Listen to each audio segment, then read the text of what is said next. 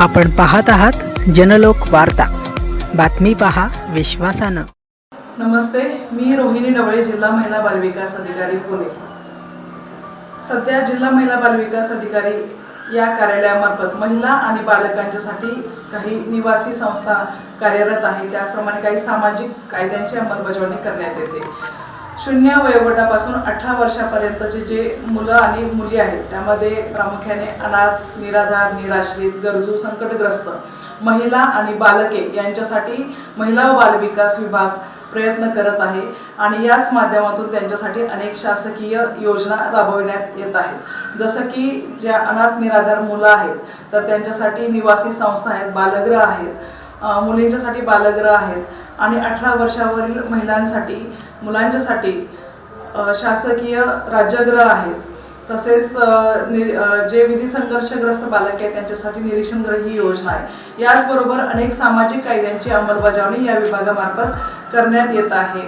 हुंडा प्रतिबंधक अधिनियम आहे, बालविवाह प्रतिबंधक अधिनियम, कौटुंबिक हिंसाचार पासून महिलांचे संरक्षण प्रतिबंध अधिनियम यासारख्या अनेक सामाजिक कायद्यांची अंमलबजावणी या विभागामार्फत करण्यात येत आहे। या व्यतिरिक्त नुकत्याच शासनाने वेळोवेळी ज्या काही महिलांच्या हिताच्या अनुषंगाने योजना सुरू केलेल्या आहेत, जसं की मुख्यमंत्री माझी लाडकी बहीण योजना यासारख्या अनेक योजना या विभागामार्फत राबविण्यात येत आहेत। सद्यस्थितीमध्ये जे अनाथ मुलं आहेत त्यांना कुठेही शासकीय नोकरी मिळत नाही, त्यांच्याकडे कुठले डॉक्युमेंट्स वगैरे नसतात किंवा जातीचे दाखले नसतात, तर त्यांना शासकीय नोकरी मिळण्यासाठी मोठ्या प्रमाणावर जे लाभार्थी शासकीय नोकरीपासून किंवा शाळेमध्ये ॲडमिशन मिळत नाही अशा ठिकाणी शासकीय लाभापासून वंचित राहू नये म्हणून अनाथ प्रमाणपत्र या विभागामार्फत देण्यात येत आहे, जेणेकरून त्यांचं पुनर्वसन केलं जाईल।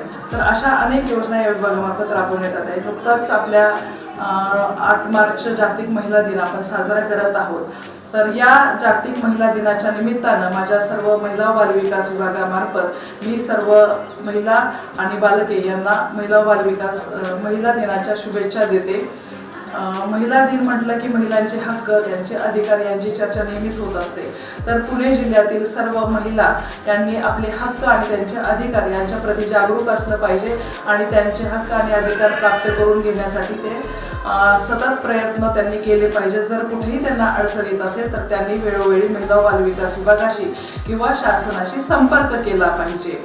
माझं सर्व पुणे जिल्ह्यातील महिलांना असं निवेदन किंवा अनुरोध राहील की त्यांनी आपला जो वारसा बघितला, परंपरा जर बघितली तर सावित्रीबाई फुले यांच्यापासून त्यांनी जो शिक्षणाचा वारसा चालू केलेला आहे, त्यांनी शिक्षणाची ज्योत पेटवलेली आहे। त्याच माध्यमातून आज अनेक महिला आणि मुली शिक्षण घेऊन आज वेगवेगळ्या पदावर काम करत आहेत। तर आपल्या अवतीभोवती जर अशा कुठल्या महिला असतील, गरजू महिला असतील, संकटग्रस्त महिला असतील, तर या सर्व महिलांना त्यांचे न्याय मिळवून देण्यासाठी, त्यांचे हक्क मिळवून देण्यासाठी आपण प्रयत्न केला पाहिजे। जर आपल्या आसपास अशी एखादी महिला असेल जी कौटुंबिक हिंसाचारग्रस्त महिला असेल, तिच्यावर कुठला अत्याचार होत असेल, अन्याय होत असेल, तर त्या ठिकाणी आपण तिला मदत मिळवून दिली पाहिजे। जर प्रत्यक्ष आपल्याला मदत मिळवून देता येत नसेल तर महिला व बालविकास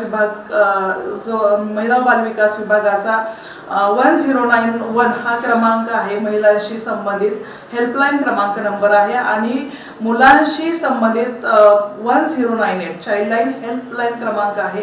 या क्रमांकावर आपण संपर्क साधावा। निश्चित त्या ठिकाणी या सर्व जे निवेदनं प्राप्त होत असतात किंवा ज्या तक्रारी प्राप्त होत आहेत त्या तक्रारींची निश्चितच दखल घेतली जाईल आणि आपल्या जिल्ह्यातील महिला व बालकांच्या संबंधित ज्या काही तक्रारी आहेत त्याचं निराकरण करण्याचं काम केलं जाईल।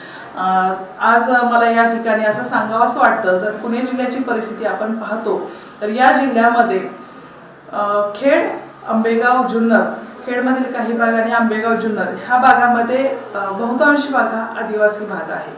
तर या आदिवासी भागामध्ये ज्या काही किशोरवयीन मुली असतील, महिला असतील, तर त्यांच्या संदर्भात भविष्य काळामध्ये म्हणजे येत्या काही दिवसामध्ये आमचा एक नाविन्यपूर्ण उपक्रम राबविण्याचा म्हणजे निश्चय आम्ही केलेला आहे।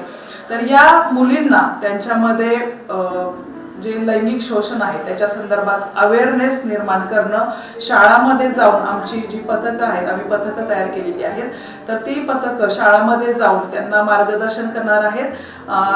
त्यांना म्हणजे जसं की मुलगी तिला काही लैंगिक शिक्षण नसल्यामुळे कदाचित ती बाहेर जाऊन वाममार्गाला लागू शकते किंवा वेगळा मार्ग ती निवडू शकते. तर अशा वेळेस तिचं संपूर्ण शिक्षण त्याबाबत अवेअरनेस प्रोग्राम घेऊन तिला पूर्ण शिक्षण देणं त्या मुलींना हे आमचं कर्तव्य आम्ही समजून अशी पथकं आम्ही तयार केलेली आहेत. या बाबतीत पुणे जिल्ह्याचे जिल्हाधिकारी माननीय श्री जितेंद्र डुडी साहेब आणि पुणे जिल्ह्याचे SP संदीप सिंह गिल साहेब यांच्या मार्गदर्शनाखाली आम्ही काम करत असून त्यांच्या मार्गदर्शनाखालीच आम्ही हे सर्व उपक्रम राबवण्याचा निश्चय केलेला आहे.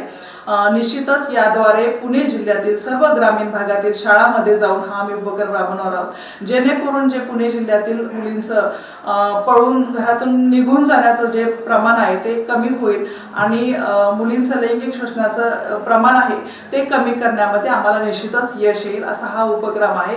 येत्या काही दिवसामध्येच आम्ही त्याची अंमलबजावणी करत आहोत.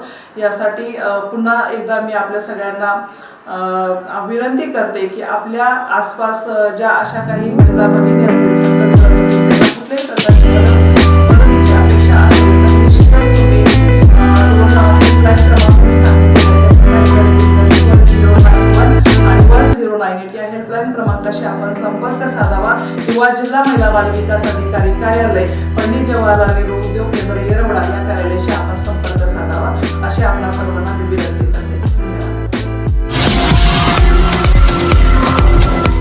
आपण पाहत आहात जनलोक वार्ता. बातमी पहा विश्वासानं.